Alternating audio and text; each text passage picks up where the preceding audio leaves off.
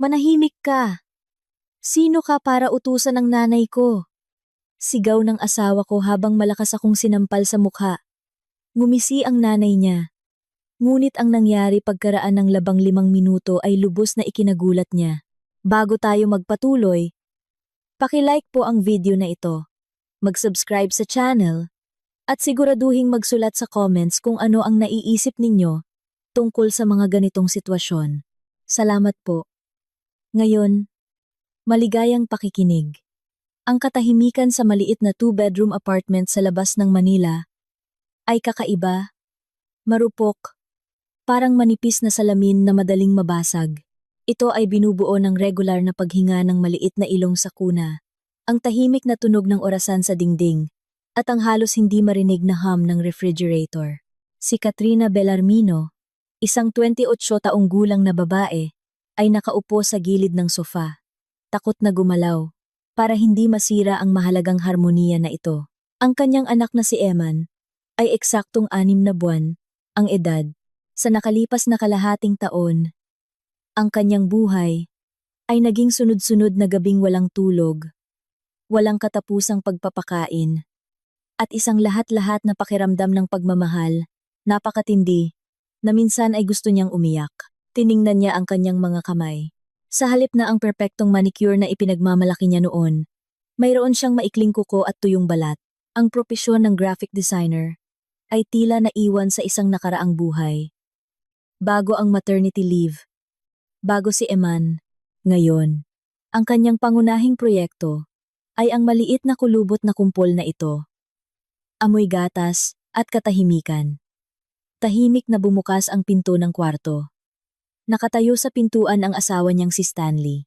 Matangkad, maayos, at nakasuot ng perpektong plansadong kamiseta. Para siyang bisita mula sa ibang mundo. Mundo ng mga opisina, pulong, at deadlines. Tulog na, bulong niya. Papalapit sa kuna. Oo, tumango si Kat. Lumapit sa kanya. Kakahele ko lang. Isang oras siyang nag-iyak. Maingat na hinagka ni Stanley ang ulo ng kanyang asawa. Mabango siya ng mamahaling pabango at kape. Ang amoy na ito ay palaging iniuugnay ni Kat sa pagiging maaasahan, sa tagumpay. Sa Stanley na minahal niya 2 taon na ang nakalipas sa isang corporate party. Siya ay isang promising department head sa isang malaking kumpanya ng IT. Siya ay isang simpleng designer. Ang kanilang pag-iibigan ay mabilis at maganda. Mukha kang pagod. Sabi niya, maingat na tinitignan ang mukha nito. Baka gusto mong bumisita sa magulang mo ngayong weekend. Magpahinga, matulog.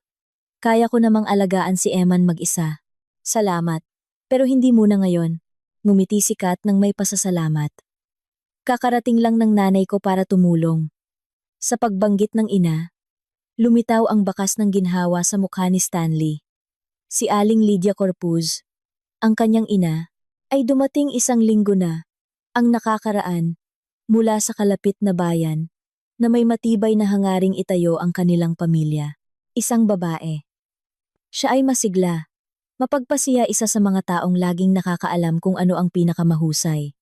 Ang kanyang tulong ay pangunahing binubuo ng kritisismo, at hindi hinihinging payo, kung hindi tama ang pagbalot ni Kat sa bata, o kung hindi sapat ang lasa ng sabaw, o kung hindi niya pinupunasan ang alikabok sa mga sulok ng sapat na sipag.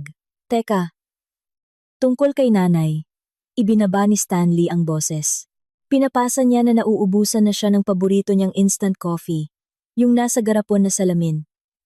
Pakisama mo na lang. Kapag maglalakad ka na kasama ang stroller. Tumango si Kat. Sa nakalipas na linggo, natutunan niya ang lahat ng pagkain ng kanyang biyenan. Isang tiyak na uri ng tsaa. Iyon lamang ang yogurt dessert. Tinapay mula sa isang partikular na panaderya. Hindi kumikilala si Aling Lydia ng kompromiso. Pumasok siya sa kanilang buhay bilang may-ari. At si Kat, na pagod sa mga gabing walang tulog, ay walang lakas na makipagtalo.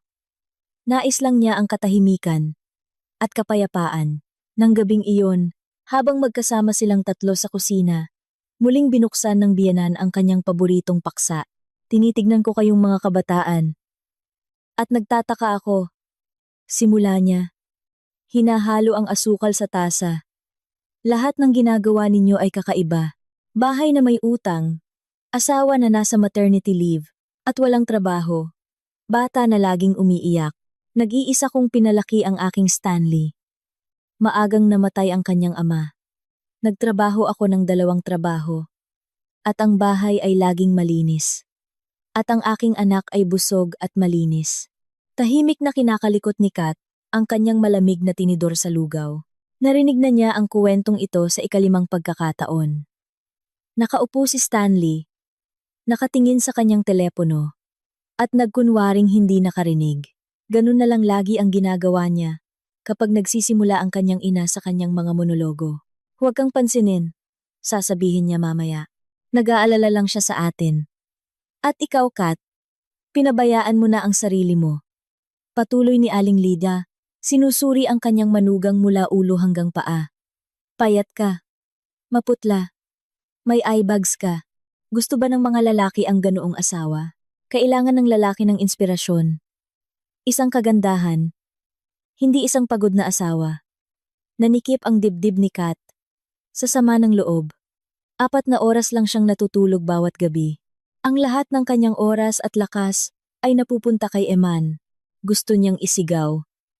Nawala siyang 1 minuto para sa sarili niya, na pinangarap niyang makapunta sa salon o magbabad sa batya ng higit sa 10 minuto. Ngunit nanatili siyang tahimik. Ang anumang salita niya ay maituturing na pagtatalo bilang kawalang galang sa mga nakatatanda. Ma, bakit ka nagsisimula? Tamad na tanong ni Stanley. Hindi inaalis ang tingin sa screen. Kat, isang bagong ina. Normal lang na mapagod siya. Normal? Sumabog si Aling Lydia. Nung pinanganak kita, bumalik na ako sa trabaho pagkatapos ng 1 linggo. At ngayon, 6 na buwan na siyang nasa bahay at nagrereklamo tungkol sa pagod. Tumayo siya mula sa mesa. Ipinapahiwatig na tapos na ang usapan. Habang dumadaan kay Kat, huminto siya at patronizingly natapikin ang kanyang balikat.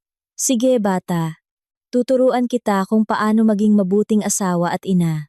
Ang mahalaga, sundin mo ang mga nakatatanda. Nagtungo si Aling Lydia sa balkonahe. Makalipas ang ilang segundo, umakyat ang matinding amoy ng usok ng tabako sa bahagyang nakabukas na pinto ng kusina. Ang biyenan ay naninigarilyo ng 1 pakete bawat araw. Laging alam ito ni Kat, ngunit dati ay hindi ito mahalaga. Ngayon, na natutulog sa katabing silid ang kanyang maliit na anak, tila nakalalason ang amoy na iyon.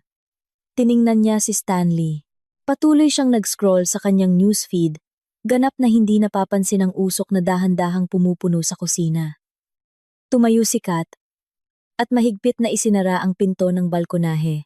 Sa loob, lumalaki ang 1 pipi, hindi maipaliwanag na pagkabalisa. Pakiramdam niya, simula nang dumating ang biyenan, ang kanyang maliit na maaliwalas na mundo ay nagsimulang magpakita ng mga bitak. At ang amoy ng tabako na ito ay simula pa lamang. Isang halos hindi mahahalata na hudyat ng nalalapit na bagyo. Nang gabing iyon, pagkatapos matulog ng biyenan sa kanyang silid, at naliligo si Stanley, nakaupo si Kat sa tabi ng kuna ni Eman, at tinitignan ang kanyang mahinahon na mukha. Tahimik siyang huminga. Nakakatawang kinakabitan ang kanyang ilong. Pinadaanan niya ng daliri ang kanyang malasutlang pisngi. Ang maliit na taong ito ang kanyang universo, ang kanyang layunin. At para sa kanya, handa siyang gawin ang lahat, kahit tiisin ang mapang-abusong biyenan. Ngunit nasaan ang linya, kung saan ang pasensya ay nagiging pagtataksil sa sariling anak. Naalala niya kung paano sinabi ni Stanley sa kanya, nang mag-propose, magiging isang team tayo. Kat, palaging magkasama. Nasaan ang team na iyon ngayon? Bakit hindi niya nakikita kung paano dahan-dahang sinisira ng kanyang ina ang kanilang pamilya? Naririnig ang tunog ng tubig mula sa banyo. Tumayo si Kat at lumapit sa bintana. Ang lungsod sa gabi ay nagliliwanag ng milyon-milyong ilaw. Doon, sa mga ilaw na iyon, may buhay na umaapaw sa mga pangyayari pagtatagpo, kagalakan. Ngunit ang kanyang buhay ay lumiit sa sukat ng apartment na ito, sa perimeter ng kuna ng bata. At sa maliit na mundong ito, may lumitaw na kaaway na nilalason ang hangin, sa literal at metapora. Binuksan niya ang bag ng biyenan na nakatayo sa pasilyo, basta na lang para lang masiguro. Sa pinakailalim, sa ilalim ng pitaka at isang bungkos ng susi, may nakalagay na isang pakete ng manipis na sigarilyo at isang lighter. Nagbuntong hininga si Kat, hindi ito magiging madali. Sobrang hirap. Kinabukasan, nagsimula ang karaniwang routine. Bangon alas. Saes. Pakainin. Si Eman, mabilis na kape, habang ang sanggol ay nakahiga sa bouncer at nag-ooga. Maagang umalis si Stanley, papunta sa trabaho. Hindi man lang nag-almusal.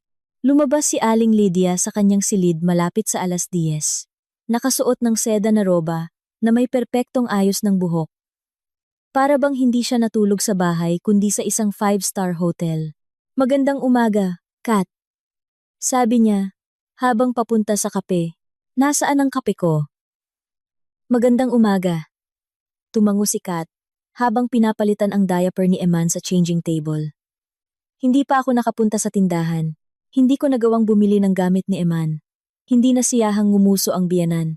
Ang kanyang mukha ay agad na nagpahiwatig ng galit na kabutihan. Kakaiba.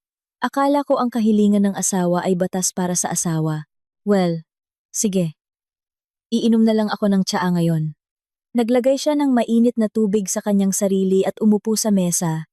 Demonstratibong hindi pinapansin ang kanyang manugang. Nagkunwari si Kat na hindi niya napansin ang maliit na biro na ito. Nasanay na siya na ang anumang kilos o kawalan ng kilos niya ay agad na sinusuri. Pagkatapos ni Eman, sinuotan niya ito ng mainit na jumpsuit at naghanda para maglakad.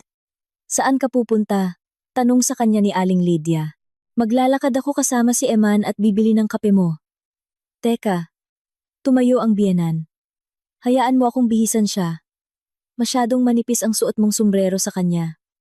May hangin sa labas. Lalamigin ang bata. Hindi po. Okay lang, sagot sana ni Kat. Anong okay lang? Putol ng biyenan. Mas alam ko to. Nagpalaki ako ng 2 anak. Nanatili si Kat na tahimik. Wala nang saysay ang pagtatalo. Sa labas, syempre, pinalitan niya ang sombrero ng kanyang anak. Itinago ang matigas na likha ng biyenan sa ilalim ng stroller. Habang naglalakad sa parke, iniisip niya kung paano tahimik na sinasakop ni Aling Lydia ang mas malaking bahagi ng kanilang buhay. Nagpapasya na siya kung ano ang kakainin nila para sa hapunan, kung anong oras paliguan ng bata, at maging kung anong damit ang isusuot niya. At si Stanley? Ikinakaway lang ni Stanley ang kanyang kamay. Gusto lang ni nanay ang makakabuti. Huwag mo siyang salungatin. Mas mapapamahakan ka pa.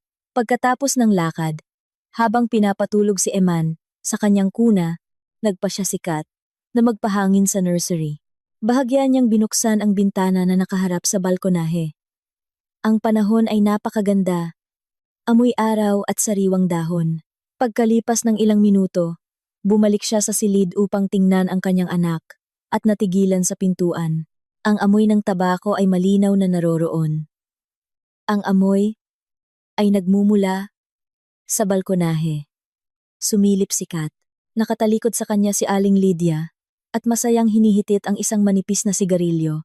Ibinubuga ang usok sa direksyon ng bukas na bintana ng nursery. Aling Lydia! Bulong ni Kat, hindi napigilan.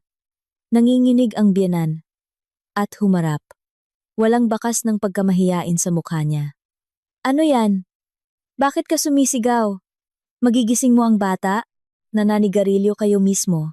Sa tapat ng bintana ng nursery, sinikap ni Kat na magsalita ng mahinahon, ngunit nanginginig ang boses niya. Lahat ng usok ay pumupunta sa kwarto. Oh, hayaan mo na, sabi ng biyenan. Malaki ang balkonahe, lilipas din ang lahat. Napakaarte mo naman. Noong panahon namin, nakatira kami sa masisikip na compound. Doon, pwede kang maglagay ng palakol sa koridor At okay lang. Lahat kami, lumaking malusog. Demonstratibong humihitit pa siya. At itinapon ang upos ng sigarilyo sa ibaba, direkta sa flower bed sa ilalim ng mga bintana. Pakiusap. Wag mo nang gawin iyan. Pakiusap ni Kat. Pakiramdam niya'y kumukulo ang dugo niya sa loob. Masyado pang bata si Eman. Masama sa kanya ang usok. Anong masama sa kanya sa isang sigarilyo? Sabi ni Aling Lydia. Pinapalaki mo lang. Lagi na lang kayong mga nanay. Masyadong overprotective sa mga anak ninyo. Lumabas siya sa kusina. Iniwan ang amoy ng usok. Dumalo si Kat sa nursery. At binuksan ang bintana. Kailangang ipahangin agad ang kwarto. Tiningnan niya si Eman na natutulog. Bahagya itong nakakunot ang noo sa pagtulog at huminga ng may bahagyang pagkabahala. Nanikip ang kanyang puso. Sa takot at kawalang magawa. Nang gabing iyon, nang bumalik si Stanley, nagpa siya si Kat na kausapin siya. Naghintay siya hanggang sa umalis ang biyenan. Para manood ng kanyang paboritong serye. At lumapit sa kanyang asawa. Na gaya ng dati ay nakaupo sa sofa na may laptop. Stanley, kailangan nating pag-usapan ang nanay mo. Ano na naman? Inis na sumandal siya sa likod ng sofa. Kat, maghapon akong nagtrabaho. Pagod ako. Wag muna ngayon. Hindi. Ngayon na. Pagpupumilit niya. Nananigarilyo siya sa balkonahe kanina. At lahat ng usok ay pumunta sa kwarto ni Eman. So what? Nagkibit balikat si Stanley. Hindi naman siya nanigarilyo sa mismong kwarto. Stanley, hindi mo naiintindihan. Ramdam ni Kat na papalapit ang luha sa kanyang mga mata. Mapanganib ito sa kalusugan ng bata. Siya ay maliit pa. Maaari siyang magkaroon ng problema sa baga. Allergy. Huwag kang magdrama. Putol niya. Walang masama na mangyayari sa isang beses. Ang nanay ay isang matanda. Hindi niya pwedeng itigil ang ugaling mayroon na siya sa loob ng 30 taon sa isang pitik ng daliri. Kailangan nating maging mas matiyaga. Sinabi niya ito ng napakatahimik. Napaka-normal. Para bang ang pinag-uusapan ay ang paglimot ng biyenan na patayin ang ilaw sa banyo. Pero anak natin yan. Ang boses niya ay naging sigaw. Wala ka bang pakialam? Hindi ko pinapansin. Tumaas din ang boses niya. Pero hindi rin sa akin ang nanay ko. Dumating siya para tulungan tayo. At ikaw, sa halip na pasasalamatan, ay tinatanong siya at binibigyan ng sermon. Nagreklamo na siya sa akin na kinakawawa mo siya. Kinakawawa ko siya? Hindi makapaniwala si Kat sa kanyang naririnig. Pinapakiusap ko lang sa kanya na huwag lasunin ang anak namin. Alam mo ba? Sinara ni Stanley ang kanyang laptop. Kayo na lang ang mag-ayos. Ayokong mapagitna sa inyong dalawa. Mahal ko kayong dalawa. Maghanap kayo ng paraan para magkaunawaan. Sa mga salitang ito, tumayo siya at pumunta sa kusina. Naiwan si Kat mag-isa sa gitna ng sala. Ang mga luha ay dumadaloy sa kanyang pisngi. Pakiramdam niya ay pinagtaksilan siya. Ang taong nangakong magiging sandalan niya ay simpleng naghugas ng kamay, iniwan siyang mag-isa sa problema ng kanyang ina. Nang gabing iyon, unang naisip ni Kat na mas mahal ni Stanley ang kanyang ina kaysa sa kanya. Nakakatakot ang pag-iisip na ito, at sinikap niyang iwaksi ito. Iniuugnay ang lahat sa pagkapagod pagkatapos manganak at sa hormones. Ngunit sa isang lugar sa kaibuturan ng kanyang kaluluwa, ang malamig na binhi ng pagdududa ay nakatanim na. Hating gabi, nang natutulog na ang lahat, pumasok si Kat sa kusina para uminom ng tubig. Muli, may halos hindi marinig na amoy ng tabako sa hangin. Lumapit siya sa bintana. Sa bintana, sa likod ng kurtina, may nakalagay na ashtray. Isang ordinaryong tasa ng kape na may ilang upos ng sigarilyo. Ibig sabihin, naninigarilyo si Aling Lydia doon mismo sa kusina. Binubuksan ang bintana habang sila ay natutulog. Tahimik na inalog ni Kat ang mga upos sa basurahan. Hinugasan ang tasa at ibinalik ito sa lugar nito. Wala siyang sasabihin, ni sa kanya, ni sa kanya. Ngunit mula sa sandaling iyon, magiging alerto siya. Ang digmaan ay idineklara. Bagaman walang salita, at sa digmaang ito, lalabanan niya ang kanyang anak Nang mag-isa, lumipas ang isang linggo, puno ng tahimik at nakakapagod na pagtutunggali. Patuloy na naninigarilyo si Aling Lydia, ng palihim, at natagpuan ni Kat ang mga bakas ng kanyang mga krimen, mga upos ng sigarilyo sa basurahan, sa ilalim ng mga balat ng gulay, o isang bahagyang amoy ng usok sa banyo. Hindi na siya nagkomento. Tahimik lang niyang pinapalabas ang hangin sa apartment at sinisikap na ilayo si Eman sa kanyang biyenan. Si Stanley, na nakita na walang bukas na alitan, ay nasa isang masayang kalagayan. "Ayan, nakita mo," sabi niya. "Sinabi ko na nga sa iyo na magkakasundo kayo. Kailangan lang ng oras." Ngumiti si Kat ng pilit. Naiintindihan niya na hindi ito kapayapaan, kundi isang katahimikan bago ang bagyo. At pagkatapos, nangyari ang pinakakinakatakutan niya. Isang umaga, nagising si Eman na may paos at umuubo. Mahirap siyang huminga. Malakas na umakyat baba ang kanyang maliit na dibdib. Nataranta si Kat. Agad niyang tinawag ang isang pediatrician sa bahay mula sa isang pribadong klinika. Hindi nagtitiwala sa lokal na doktor na sumasagot lang sa lahat ng bagay. Walang seryoso, gagaling din yan. Dumating ang pediatrician. Isang matandang babaeng maingat na nagngangalang Dra. Ana Reyes. Pagkalipas ng isang oras, matagal niyang pinakinggan ang baga ni Eman. Sinuri ang kanyang lalamunan. Tinanong si Kat, "May naninigarilyo ba sa bahay?" Tanong niya. At ang kanyang tingin ay naging mahigpit. "Oo," tapat na sagot ni Kat. "Ang biyenan ko." "Saan siya naninigarilyo?" "Sa balkonahe, sa kusina. Pinipilit ko siyang wag gawin yan." Pero, nagbuntong hininga ng malalim si Dra. "Reyes, nagsisimula ng magkaroon ng obstructive bronchitis ang bata. Para sa isang 6 na buwang gulang na bata, napakaseryoso nito. Masyado pang makitid ang kanyang respiratory tract, at anumang irritation, lalo na ang usok ng tabako, ay maaaring maging sanhi ng pamamaga at spasm." "Ano ang dapat kong gawin?" bulong ni Kat. Pakiramdam niya'y lumalamig ang kanyang mga kamay. Una, agad na at ganap na alisin ang anumang kontak sa usok. Huwag manigarilyo sa balkonahe o sa bintana. Ang taong naninigarilyo ay dapat lumabas. At pagkatapos ay maghugas ng kamay at magpalit ng damit bago lumapit sa bata. Pangalawa, narito ang reseta. Gagawin natin ang mga inhalation. Kung walang pagpapabuti sa loob ng 2 araw o lumala ang sitwasyon, agad na tumawag ng ambulansya. Pupunta kayo sa ospital. Ang mga salitang ospita at ambulansya ay parang hatol. Nang umalis ang doktor, umupo si Kat sa ibabaw ng kuna ng umiiyak na anak at naramdaman ang halo ng takot, galit, at kawalang pag-asa. Ang kanyang maliit na walang laban na anak ay nagdurusa dahil sa pagiging makasarili at pagmamatigas ng isang matandang babae. Nang gabing iyon, nagkaroon ng seryosong usapan. Pinulong ni Kat sina Stanley at Aling Lydia sa sala.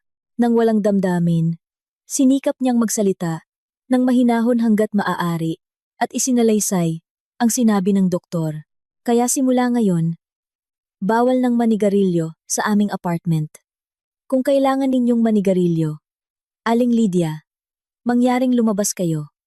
Nakikinig ang biyenan nang may mukhang bato.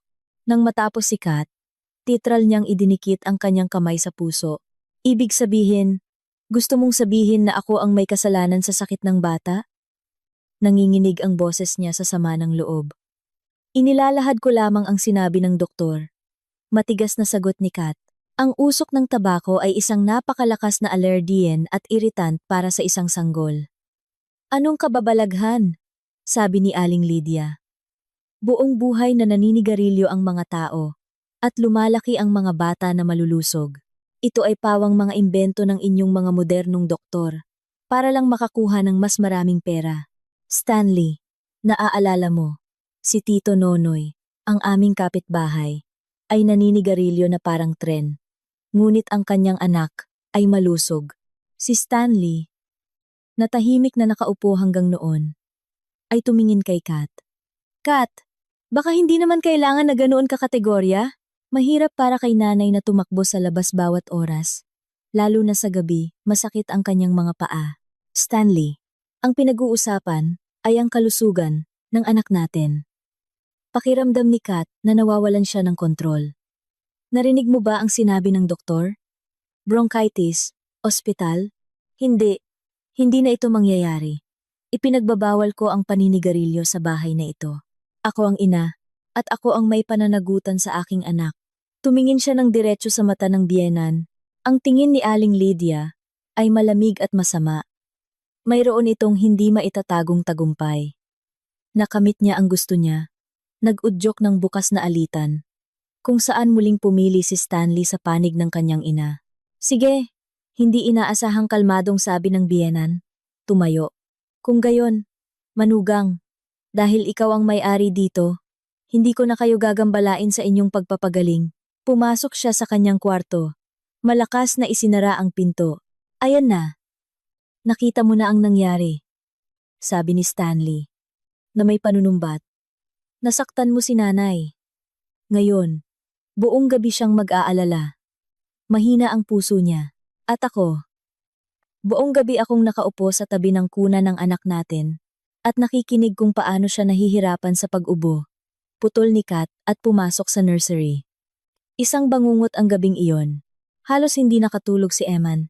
Sinisira ng ubo ang kanyang maliit na dibdib. Bawat 2 oras, ginagawa ni Kat ang kanyang inhalasyon. Karga-karga siya. Sinusubukang pakalmahin. Natulog si Stanley sa sala sa sofa para magpahinga bago magtrabaho. Ilang beses siyang sumilip sa nursery na may antok na mukha at nagtanong, "Kumusta kayo dito?" Nagkaroon siya ng isang masamang panaginip. Nasa isang madilim, mausok na labirint siya at hindi makahanap ng labasan. At sa malayo, umiiyak ang kanyang anak. Nagising siya sa iyak na ito. Muling umubo si Eman. Kinuha siya ni Kat. Mainit siya. Ipinakita ng thermometer ang 38.5. Sumugod siya sa sala. Stanley, gumising ka! Nilalagnat si Eman. Lumalala siya. Tumawag ka ng ambulansya. Bulong niya. Hindi binubuksan ang kanyang mga mata. Natatakot ako. Bulong ni Kat. Huwag kang matakot. Kasama mo ako. Tumalikod siya at muling humilik. Nakatayo si Kat sa gitna ng kwarto at tiningnan ang kanyang natutulog na asawa, ang taong nangakong magiging kasama niya sa hirap. At ginhawa, sa sandaling iyon, naramdaman niya ang isang nakapanginginig na kalungkutan. Nag-iisa siya sa laban na ito, ganap na nag-iisa. Nag-aalinlangan ang mga kamay. Tinawagan niya ang emergency. Pagkaraan ng 15 minuto, sila ni Eman ay nasa ospital na. Hindi nagising si Stanley. At hindi man lang lumabas si Aling Lydia sa kanyang kwarto. Amoy chlorine at takot ang mga koridor ng ospital. Inilagay si Kat at Eman sa isang hiwalay na silid sa infectious ward. Kinumpirma ang diagnosis. Talamak na obstructive bronchitis. Ang sumunod na ilang araw ay naging walang katapusang sunod-sunod na pamamaraan. Iniksyon, IV drips, inhalations. Umiyak si Eman sa sakit at takot. At umiyak din si Kat kasama niya. Pakiramdam na may kasalanan siya dahil hindi niya ito naprotektahan. Stanley, anong sabi ng doktor? Sabi ng doktor, kung 2 araw pa ang passive smoking, maaaring magkaroon na ng pneumonia. Namutla si Stanley. Patawad. Mahina niyang sinabi. Hindi ko akalain na ganoon kaseryoso. Kinausap ko si nanay. Nag-aalala siya ng sobra. Umiiyak. Nangako siya na hindi na siya maninigarilyo sa apartment. Hindi ako naniniwala sa kanya. Putol ni Kat. Kat, wag naman ganoon. Talaga siyang nagsisisi. Sinubukan niyang yakapin ito, ngunit lumayo ito. Hindi ako handa para doon ngayon. Kailangan kong makasama ang aking anak. Tumayo si Stanley, nang medyo nag-aalinlangan at umalis. Naiwan ang isang pakiramdam ng kapaitan at pagkabigo. Ang kanyang paghingi ng tawad ay tila formal. Ang pag-aalala para sa kanyang ina ay mas tapat kaysa sa kanyang anak. Pagkalipas ng 5 araw, pinalabas sila. Mas maganda ang hitsura ni Eman Halos nawala ang ubo, ngunit mahina siya at masungit. Nakakabahala ang pag-uwi. Hindi alam ni Kat kung ano ang aasahan. Sinalubong sila ni Aling Lydia ng kunwari init. Nagluto siya ng hapunan, abala sa paligid ni Eman. At nag-aha at ang payat na ng aking manugang. Kat, patawarin mo ako. Ang matanda kong bobo. Sabi niya ng gabing iyon, nang silang dalawa na lang ang nasa kusina. Ayoko talagang sakta ng aking apo. Wala nang ni isang sigarilyo sa bahay. Sumusumpa ako. Puno ng luha ang kanyang mga mata. At halos naniwala si Kat sa kanya. Siguro, talagang naapektuhan siya ng sakit ng kanyang apo? Baka naunawaan niya ang kanyang pagkakasala. Ang sumunod na ilang araw ay naging mapayapa sa bahay. Hindi nga naninigarilyo ang biyenan sa apartment. Lumalabas siya, gaya ng hiling ni Kat. Naging mas maasikaso si Stanley, tumutulong kay Eman. Sa gabi, nanonood pa nga sila ng mga pelikula, tulad ng dati. Nagsimulang umasa si Kat na lumipas na ang krisis, na kaya nilang ayusin ang lahat, ngunit isang araw, habang nag-aayos ng mga grocery, nabitawan niya ang isang orange. At ito ay gumulong sa ilalim ng kitchen cabinet. Sa pagsisikap na abutin ito, naramdaman ni Kat ang isang bagay na matigas. Ito ay isang patag na metal na kahon. Nahirapan siyang hilahin ito. Ito ay isang lumang pilak na lalagyan ng sigarilyo na may nakaukit na monogram. Sa loob, sa isang velvet na unan, may ilang gintong alahas. Singsing, hikaw, kuwintas. Mga alahas ko yan. Nagulat na sabi ni Kat. Akala ko nawala sila nung lumipat kami. Hindi nawala. Ngisi ng biyenan. Hinihintay lang nila ang tamang oras. Sa mga salitang ito, lumapit siya sa bintana, binuksan ito, at sumigaw. Tulong. Ninanakawan ako. Sa kanya itinapon ang kahon sa labas. Natigilan si Kat. Hindi naiintindihan ang nangyayari. Sa ibaba, narinig ang tunog ng basag na salamin. May mga nakapasong halaman at maliit na hardin ang kapitbahay sa unang palapag sa ilalim ng mga bintana. Anong ginagawa ninyo? Ang tanging naibulong niya. Nanay, ano yan? Sigaw ni Stanley. Sumugod sa bintana. Ngunit huli na. Bumukas ang pinto ng apartment at lumabas ang dalawang pulis. Nakatayo si Mang Victor sa likod nila na may mukhang bato. May tumawag ba ng pulis dito? Tanong ng isa sa kanila ng mahigpit. Oo, ako ang tumawag. Agad na sumigaw si Aling Lydia. Itinuturo si Kat. Narito siya. Ang babaeng yan. Pumasok siya sa aming apartment. Tinakot ako. At ninakaw ang aking mga alahas. At pagkatapos ay itinapon sa bintana. Upang itago ang mga ebidensya. Tumingin ang mga pulis kay Kat. Nakatayo siya sa gitna ng silid. Namumutla na parang kumot. At hindi makapagsalita. Ito ay isang uri ng walang katuturan.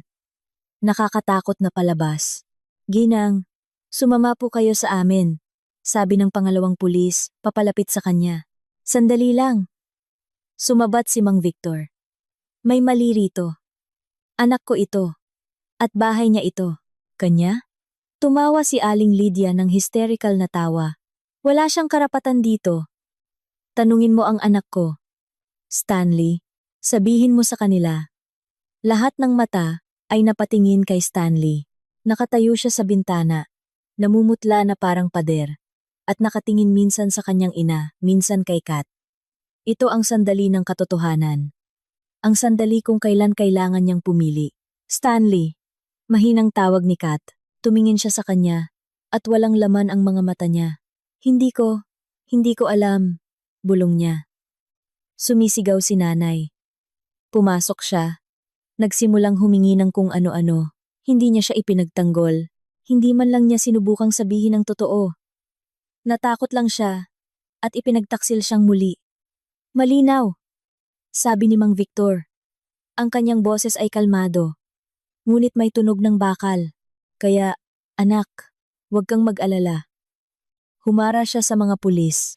Mga kasama, ako si Vice Presidente Victor Belarmino, isang retiradong tenyente koronel 25 taon, sa Criminal Investigation Unit, at idineklara ko na may nagaganap na krimen dito. Lalo na ang maling ulat at tangkang pandaraya. Nag-atubili saglit si Aling Lydia, ngunit agad na bumalik sa kanyang sarili. "Huwag ninyo siyang pakinggan!" Sigaw niya. Siya ang ama niya. Kinukupkop niya siya. At ito ang tignan niyo ngayon. Inilabas ni Mang Victor ang telepono sa kanyang bulsa. Ako, alam ninyo, ay isang lumang investigador at sanay akong i-record ang lahat, lalo na kapag nakikipagkita sa mga ganitong klase ng tao. Pinindot niya ang button at napuno ang silid ng boses ni Aling Lydia. Ang mismong narinig ni Kat kanina. "Ano na? Bruha, masaya ka na? Sinira mo ang pamilya. Akala mo ba ibibigay lang namin sa iyo ang apartment ng ganoon-ganoon lang?" Nagpatuloy ang pag-record. Nilalaman ang bawat salita, bawat banta, kasama na ang sarili niyang sigaw. "Tulong, ninanakawan ako." Ang mukha ng biyenan ay nagbago sa harap ng kanyang mga mata. Nawala ang kulay, kumpiyansa, at galit. Naiwan na lang ang takot. Bumagsak si Stanley sa sofa. Hawak ang kanyang ulo. Nagtinginan ang mga pulis. "Sige, ginang," sabi ng senior. Papalapit kay Aling Lydia. "Ngayon, mukhang kailangan nating sumama sa inyo. Ngunit hindi pa ito ang katapusan. Ang pinakamalaking dagok ay paparating." Sa sandaling hawakan ng pulis si Aling Lydia sa siko. Si Kat, na tahimik kanina, ay biglang humakbang pasulong. Tiningnan niya ang kanyang ngayon ay tiyak na ex-husband. At ngayon, Stanley. Ang pinakakawili-wili, mahina niyang sinabi. Ngunit sapat na para marinig ng lahat. "Naalala mo nung sinigawan mo ako? Manahimik ka. Sino ka para utusan ng nanay ko?" Tumingin siya sa kanya ng may takot. "Kaya, ako si Katrina Bellarmino, ang babaeng pinagtaksilan mo, ang ina ng iyong anak, at ang may-ari ng apartment na ito. At alam mo kung bakit?" Inilabas niya sa kanyang bag, na nakatuping 4 na piraso ng papel, at iniabot sa kanya. "Dahil ang iyong matanda at may sakit na nanay, tila 12 na taon na ang nakalipas, ay inilipat ang apartment na ito sa iyo bilang regalo, at lahat ng ibinigay bilang regalo ay hindi hinahati sa annulment. Kaya, nung pumirma tayo sa kasunduan, sinubukan mong ibigay sa akin ang sa akin na talaga sa batas." Isang nakakabinging katahimikan ang bumaba sa silid. Tanging ang malakas na hininga ni Aling Lydia ang naririnig. Tiningnan ni Stanley ang dokumento na hawak ni Kat. At ang kanyang mukha ay naging maskara ng takot. Dahan-dahan niyang kinuha ang papel. Ito ay isang kopya ng titulo ng lupa na nakuha ni Attorney Reyes kahapon lang. Nakasulat dito sa itim at puti na si Stanley Corpus ang naging may-ari ng apartment bago pa man sila ikasal. "Paano? Paano mo nalaman?" Bulong niya. Magaling na abogado. Kibit balikat ni Kat. Nagpasya siyang suriin ang kasaysayan ng transaksyon bago pirmahan ang kasunduan. At ito ang sorpresa. Ibig sabihin, pareho kayong sumubok na linlangin ako. Ikaw, nag-aalok na ibigay ang iyong bahagi ng apartment kapalit ng katahimikan. At ikaw? Gumawa si Aling Lydia ng kakaibang tunog at nagsimulang bumagsak sa sahig. "Nanay!" Sigaw ni Stanley. Sinalo siya. Ang mga pulis, na kanina ay nanonood ng eksena, ng may propesyonal na interes, ay nag-alala. "Tubig! Tumawag kayo ng ambulansya!" Nagdadial na si Mang Victor ng numero. Nakatayo si Kat sa gitna ng kaguluhan na ito, at naramdaman ang isang kakaibang malamig na kawalan. Walang tagumpay, tanging kapaitan.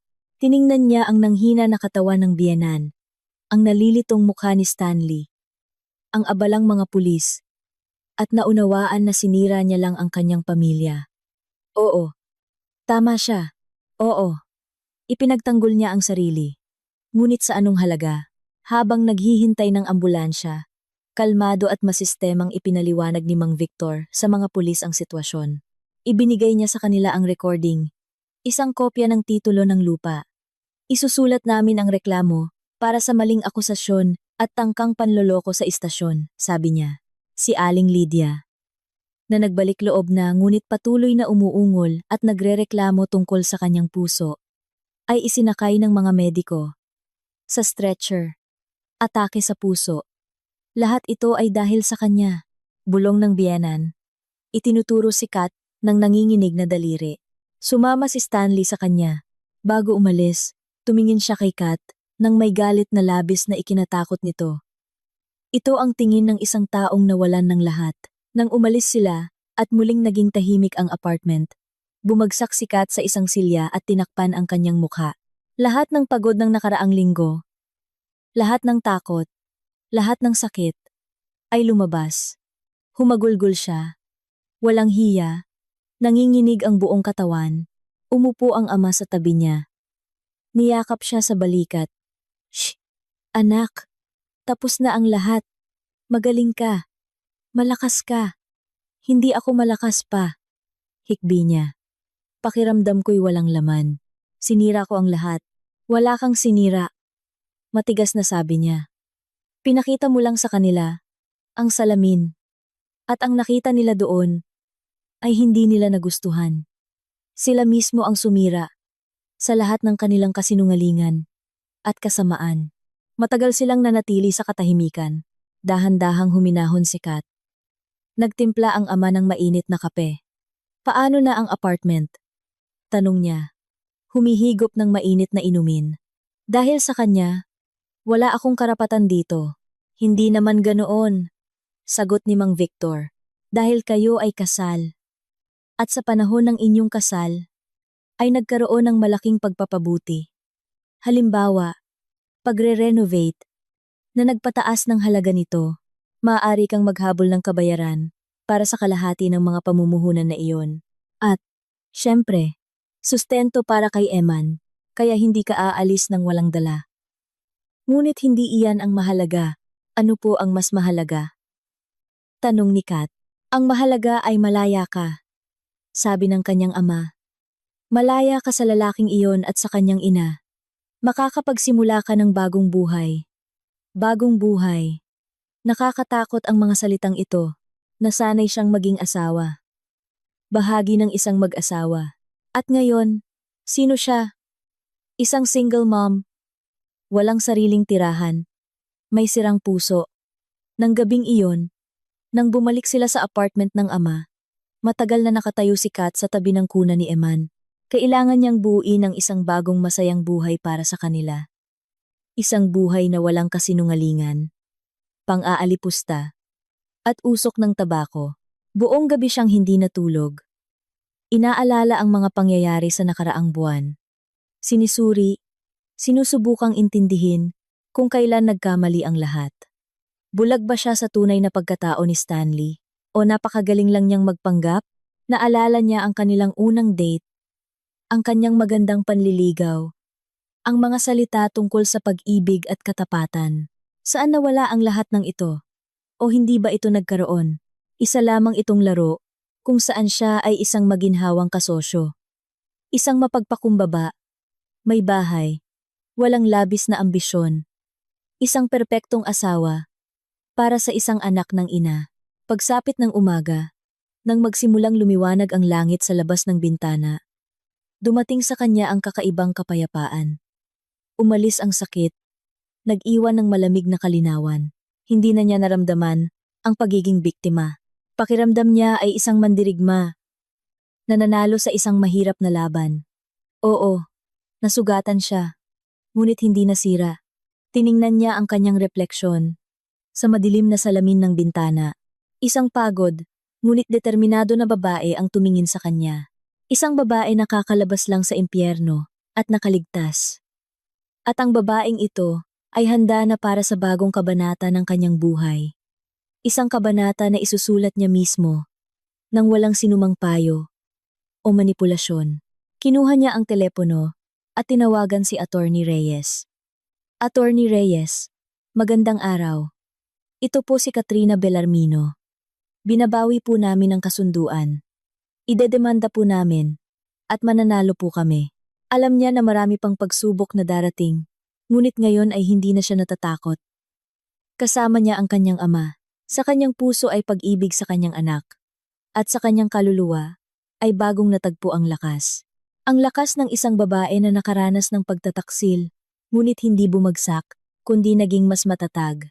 Ang estado ng emosyonal na pamamanhid na dinanas ni Kat pagkatapos ng mga dramatikong pangyayari sa apartment ay dahan-dahang lumisan, napalitan ng isang mapurol, sumasakit na kirot.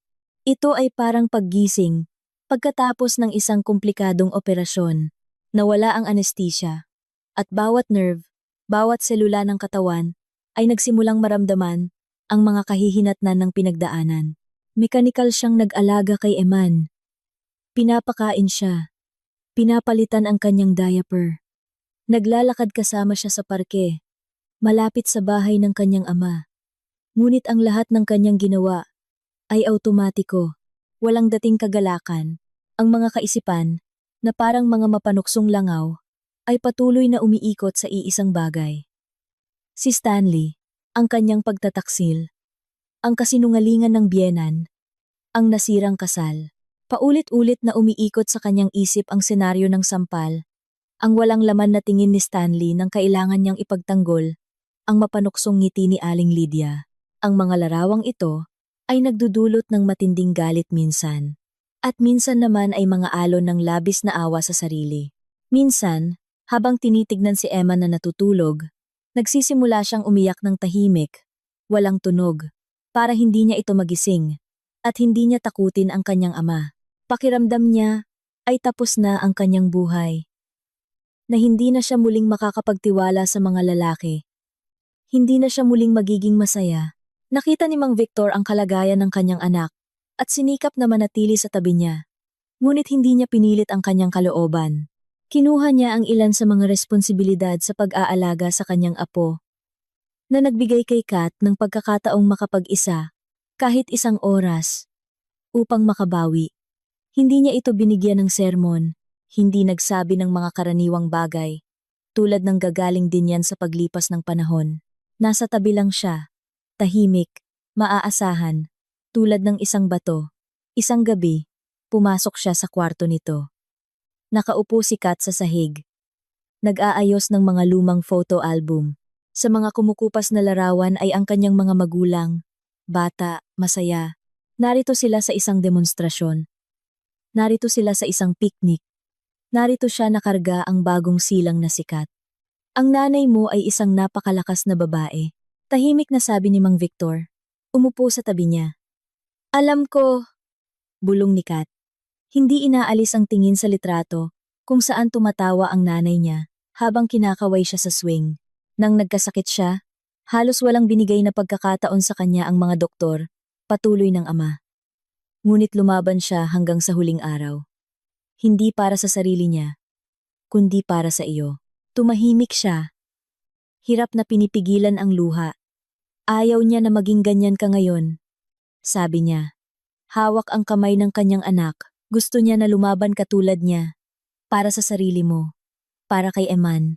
Ang mga salita ng kanyang ama, simple at tapat, ay mas nakatulong kay Kat kaysa sa anumang psychological training. Tiningnan niya ito ng may luhang mata. Pero hindi ko alam kung paano pa. Sobrang sakit at takot ako. Ang takot ay normal. Tumango siya. Pero hindi mo pwedeng hayaan na kontrolin nito ang buhay mo. Kailangan mong gawing galit ang sakit mo. Isang malamig at kalkuladong galit na tutulong sa iyo na manalo. Nagsalita siya, na parang isang investigador na nagbibigay ng instruksyon sa isang subordinate, at ang propesyonal na katigasan sa kanyang boses ay nakapag-iisip. Akala mo kaya ko? Hindi ko akala. Alam ko. Buong tiwala niyang sinabi. Ikaw ang anak ko at anak ng nanay mo. Nasa iyo ang kanyang lakas. Hindi mo lang alam iyon. Ang pag-uusap na ito ang naging turning point para kay Kat. Naunawaan niya na may dalawang landas siya. Maari siyang lumubog sa awa sa sarili. Hayaang tuluyang durugin siya ng mga korpus. O kaya ay kumuha ng lakas at labanan sila. At pinili niya ang pangalawa. Nang gabing iyon, unang beses siyang nakatulog ng mahimbing. Nang walang bangungot. At kinabukasan, nagising siya na may malinaw na layunin.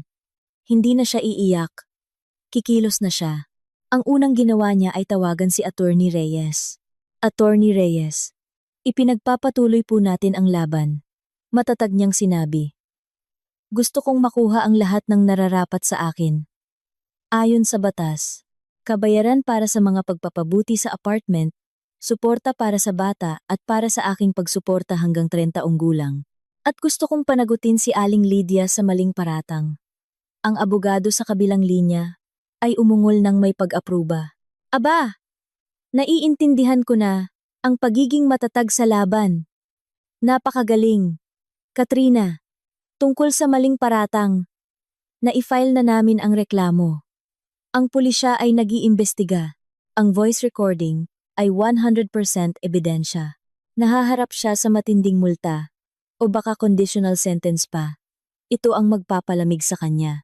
Tungkol naman sa ari-arian, hihilingin natin ang pagtatalaga ng isang eksperto sa konstruksyon upang suriin ang halaga ng mga pagpapabuti na ginawa ninyo habang kasal. Aabutin ito ng oras, ngunit mapapatunayan natin na malaki ang itinaas ng halaga ng apartment dahil sa inyong pinagsamang pamumuhunan. Sa mga sumunod na linggo, inilaan ni Kat ang kanyang sarili sa pagkolekta ng ebidensya. Hinahanap niya ang mga lumang resibo ng mga materyales sa konstruksyon, natagpuan sa kanyang email ang mga kontrata sa mga manggagawa, at gumawa ng mga listahan ng mga kasangkapan at gamit na binili habang kasal. Ang masusing gawain na ito ay nakakaabala sa kanya mula sa malungkot na pag-iisip at nagbibigay ng pakiramdam ng kontrol sa sitwasyon. Ipinagpatuloy din niya ang kanyang freelance project. Ang kliyente, kakaiba, ay pumayag ng tapat niyang ipaliwanag ang sitwasyon at humingi ng extension. Pagkatapos ng proyekto, hindi lang siya nakatanggap ng bayad, kundi pati na rin ang kumpiyansa sa kanyang sarili. Kaya niyang magtrabaho, kumita, at bigyan ng kabuhayan ang kanyang sarili at ang kanyang anak. Hindi siya isang walang magawang biktima, tulad ng gusto ni na Stanley at ng kanyang ina. Isang araw, habang naglalakad kasama si Eman sa parke, nakasalubong niya ang kanyang matandang kaibigan sa universidad na si Lani, na hindi niya nakita halos isang taon. Kat, kumusta? Niyakap siya ni Lani. Gaano nakatagal? Sino yan kasama mo? Umupo sila sa bangko, at si Kat, nang hindi inaasahan ng sarili, ay sinabi ang lahat sa kanya. Nakikinig si Lani nang hindi nagpapaabala, at ang kanyang masayahin na mukha ay unti-unting naging seryoso. Ang gago naman. Walang pakialam niyang sabi nang matapos si Kat at ang nanay niya. Bruha, makinig ka. Hindi mo ba naisip? Biglang tumahimik si Lani. Nagkunwari ng tuso. Ano? May ideya ako. Kung paano natin sila mapagsasabihan. Hindi sa legal na paraan, kundi sa isang paraan na makapagbigay ng leksyon. Para hindi na sila ulit gumawa ng ganoon. Ang ideya ni Lani ay matapang at medyo mapaglaro. Ngunit nagustuhan ito ni Kat. Mayroon itong isang bagay na tumutugma sa kanyang bagong estado. Isang pagnanais na hindi lamang ipagtanggol ang sarili, kundi ang magbigay ng ganti. Isang ganti na magpaparamdam sa kanila ng kahit bahagi ng sakit at pagkapahiya na dinanas niya. Nanatili sila sa parke ng isa pang oras. Pinag-uusapan ang mga detalye. At nang umuwi si Kat, unang beses na may ngiti sa kanyang labi sa mahabang panahon. Hindi ito ang sapilitang ngiti na ipinapakita niya sa nakaraang mga buwan. Ito ay ang ngiti ng isang babaeng mayroon ng plano. Isang plano para sa maliit, ngunit napakahustisya na paghihiganti. Ang planong iminungkahi ni Lani ay simple at henyo sa kanyang pagiging simple. Lani, pagtataksil, domestic violence, isang mapanlinlang na biyenan. Gusto ng mga tao ang ganyan. Iminumungkahi mo bang magsulat ng artikulo? Tanong ni Kat, nang may pagdududa. Pero ilalabas lang natin ang aming mga problema sa publiko. Hindi naman sila nahiya na ilabas ang kanilang mga problema, di ba? Sumagot si Lani. Si Aling Lydia. Aha, ang ideya ay magsulat ng isang anonymous na kwento. Batay sa mga kaganapan sa buhay ni Kat, palitan ang mga pangalan, ilang detalye, ngunit panatilihin ang esensya. Ang asawa ay isang tirano, ang biyenan ay isang manipulator. Ang kwento ng sampal, ng pagpapakulong, ng pagnanakaw, at ng deed of donation sa apartment. Naiintindihan mo, masigasig na pangangatwiran ni Lani. Si Stanley ay nagtatrabaho sa isang malaking kumpanya ng IT. Siya ay isang pampublikong figure, isang manager. Ang reputasyon ay lahat para sa kanya. Ngayon, isipin mo na lang na nabasa ng kanyang mga kasamahan, ng kanyang boss, ang kwentong ito. Siyempre, hindi nila alam nang sigurado na siya ang pinag-uusapan, ngunit ang mga detalye, ang magpapaisip sa kanila. Lalo na kung magdaragdag tayo ng ilang pahiwatig.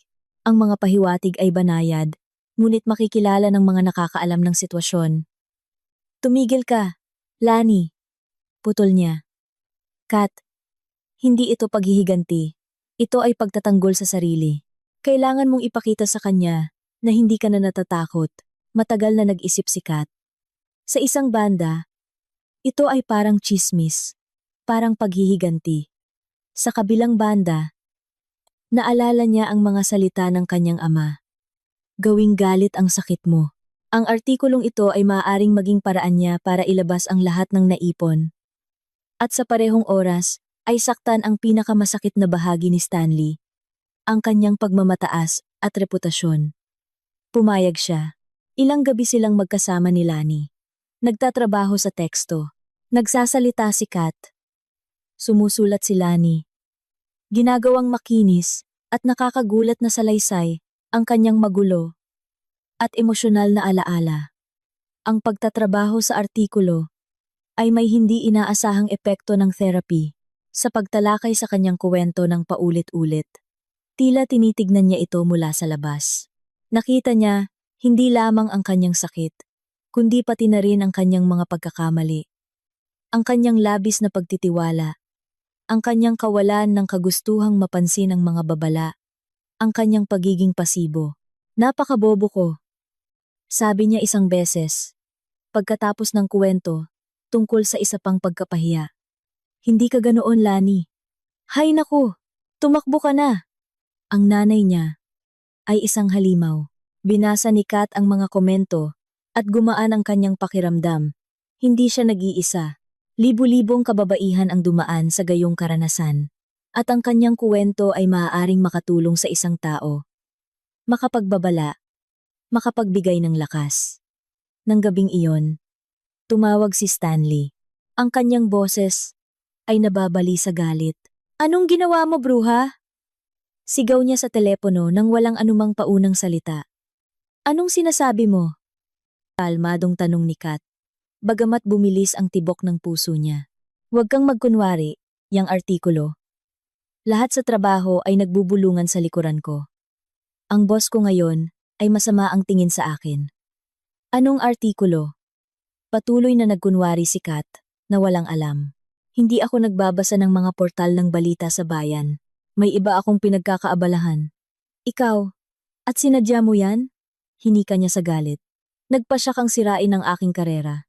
Stanley, kung may sumisira man sa iyong karera, ikaw mismo iyon sa iyong mga ginawa. At kung nakilala mo ang iyong sarili sa isang anonymous na kuwento, baka dapat mong pag-isipan kung bakit. At ibinaba niya ang telepono. Makalipas ang isang oras, tumawag si Lani. Kaya, may reaksyon pa ba? Mayroon. Ngiti ni Kat. Tumawag siya. Sumigaw.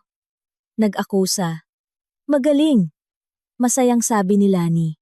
Ibig sabihin, tumama tayo sa target. Magpakatatag ka, kaibigan. Ngayon ay mas galit siya. Naging tama si Lani. Sa susunod na paglilitis, mas agresibo sina Stanley at ang kanyang abogado. Sinubukan nilang pagdudahan ang bawat dokumento, bawat resibo. Ngunit handa si Attorney Reyes. Malamig niyang sinagot ang lahat ng kanilang atake. At pagkatapos ay gumanti. Kagalang-galang na hukom. Sabi niya sa hukom. Nais po naming isama sa kaso ang isa pang ebidensya na naglalarawan sa pagkatao ng akusado. Iniabot niya sa hukom ang isang USB flash drive. Narito ang mga video recording na ginawa sa apartment ng nagsasakdal at ng akusado. Malinaw nilang ipinapakita kung anong psikolohikal na kapaligiran ang dinanas ng aking kliyente. Tumayo ang abogado ni Stanley. Protesta! Ito ay ilegal na pagkuha ng larawan. Paglabag sa pribadong buhay. Ang pagkuha ng larawan ay ginawa sa sariling apartment ng aking kliyente, pagtatalo ni Attorney Reyes, na may layuning protektahan ang kalusugan ng kanyang menor de edad na anak. At tungkol naman sa pribadong buhay, maraming interesanteng bagay sa mga recording na ito. Halimbawa, kung paano naninigarilyo si Aling Lydia Corpuz malapit sa sanggol. Kung paano siya nagsasalita tungkol sa kanyang manugang. Kung paano niya sinisira ang kanyang ari-arian, kumunot ang noo ng hukom, at kinuha ang flash drive.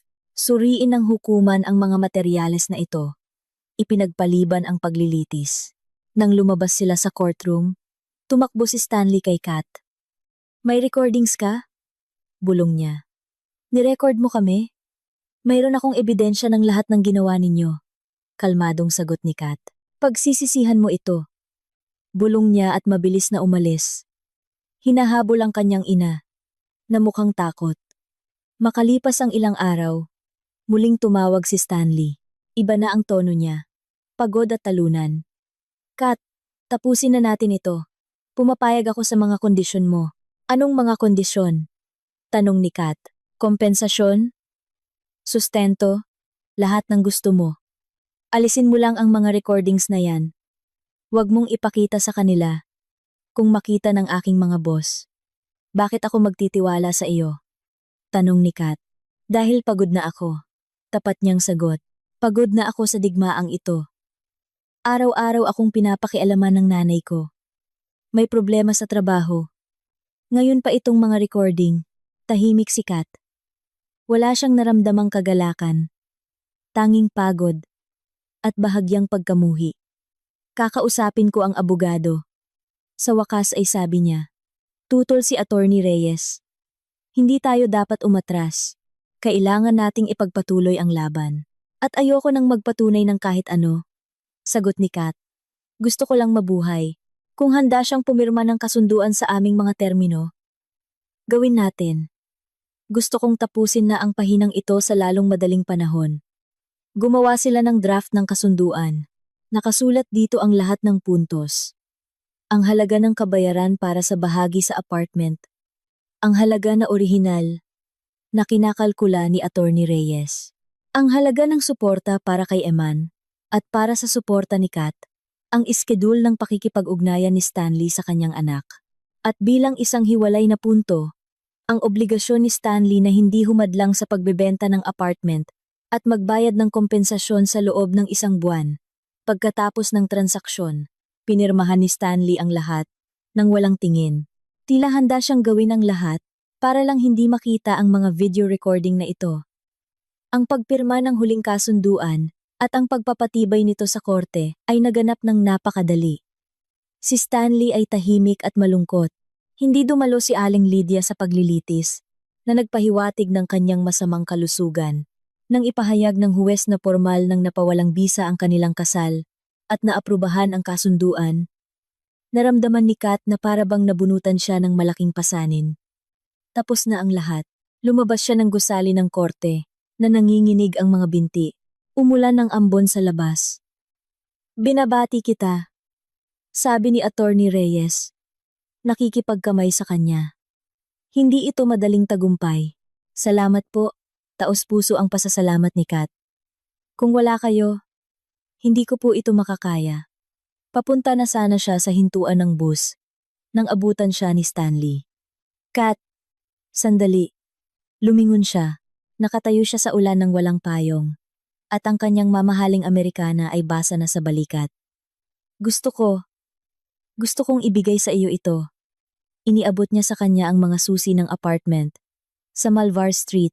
Bakit? Hindi niya naiintindihan. Hindi naman ako titira doon. Ibabenta ang apartment. Alam ko. Tumango siya. Pero habang hindi pa nabebenta, pwede kang tumira doon. Malamang masikip sa bahay ng tatay mo. At kunin mo ang mga gamit mo. Marami pa doon na sa iyo. Nagsalita siya ng mahina. Hindi siya tinitignan sa mata. Saan ka titira? Lilipat ako sa nanay ko. Ngumisi siya ng baluktot. Masaya siya. Kinuha ni Kat ang mga susi. Kakaiba ang lungkot na naramdaman niya para sa kanya sa sandaling iyon. Ang dating tiwala sa sarili. Matagumpay na lalaki ay ngayon ay mukhang nawawala at kaawa-awa.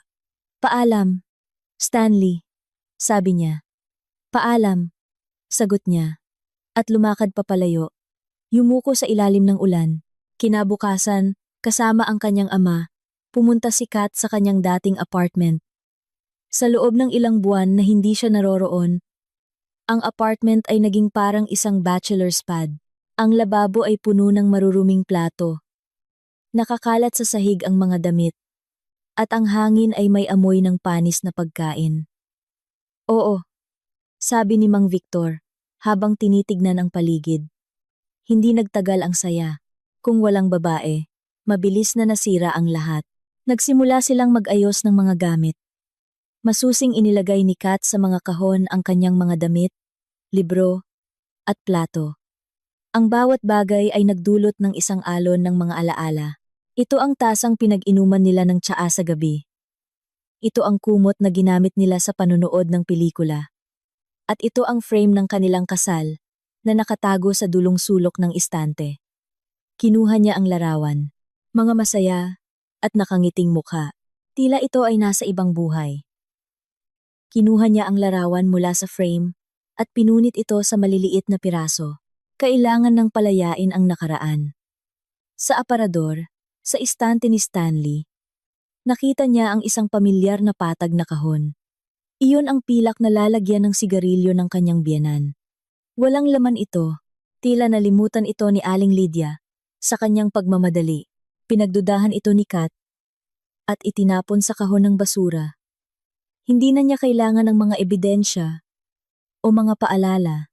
Nang gabing iyon, halos tapos na ang lahat. Tumunog ang doorbell. Binuksan ni Kat. Nakatayo sa pintuan si Aling Lydia. Mukha siyang masama. Maputla. Payat. Na may maitim na bilog sa ilalim ng kanyang mga mata. Puwede bang pumasok? Mahina niyang tanong. Bakit? Nagulat na tanong ni Kat. Gusto kong makipag-usap. Nag-alinlangan si Kat. Ngunit pinapasok pa rin siya.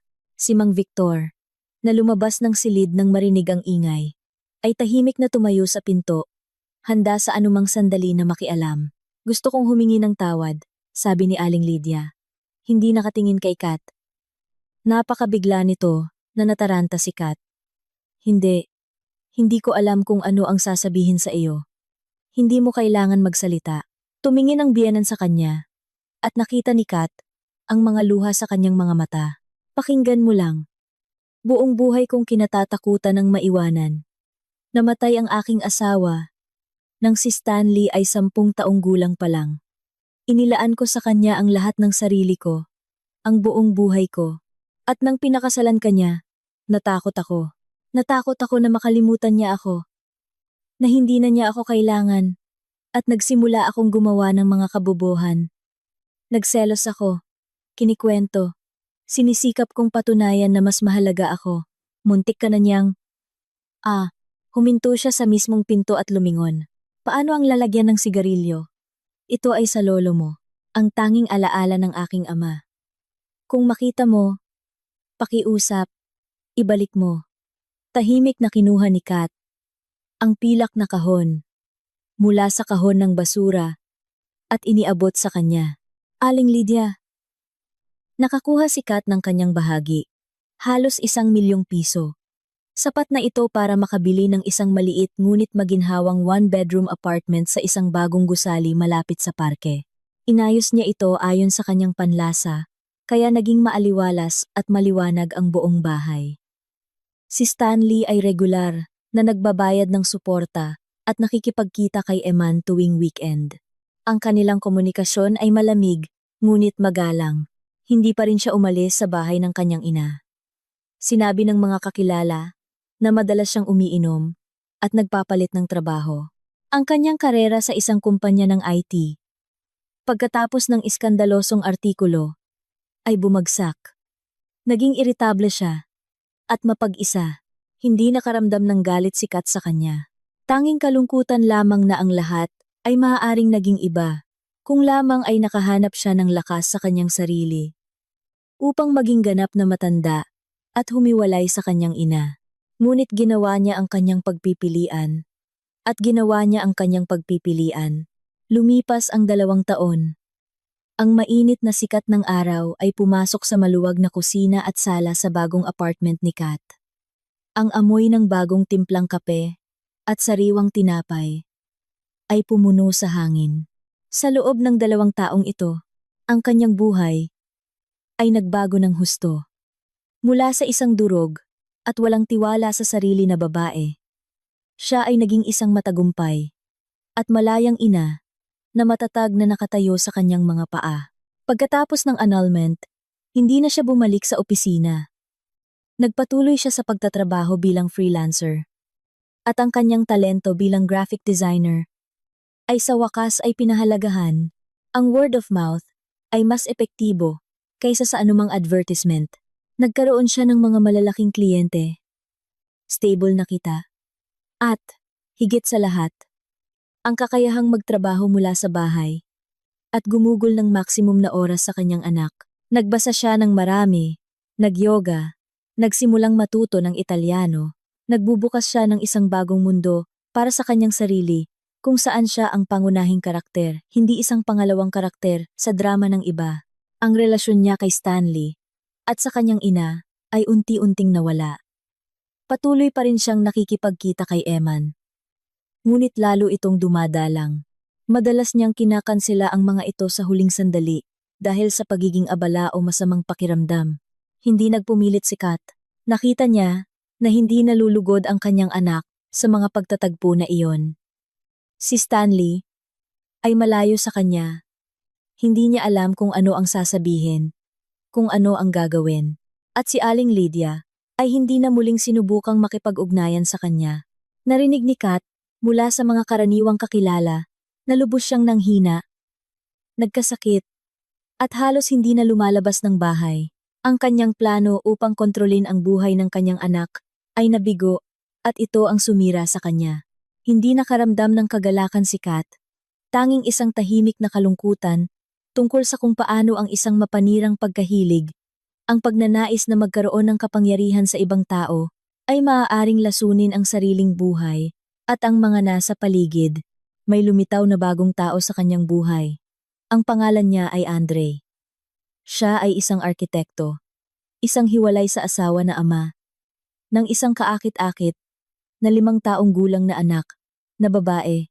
Hindi sinasadya silang nagkakilala sa parke nang hindi magkasundo ang kanilang mga anak sa swing. Nagsimula silang mag-usap, pagkatapos ay muling nagkita. Pagkatapos ay muli, kabaligtaran si Andre ni Stanley, kalmado, maaasahan, at maasikaso.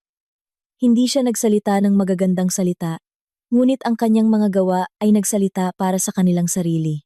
Maari siyang dumating ng hating gabi mula sa kabilang dulo ng lungsod upang ayusin ang kanyang tumagas na gripo.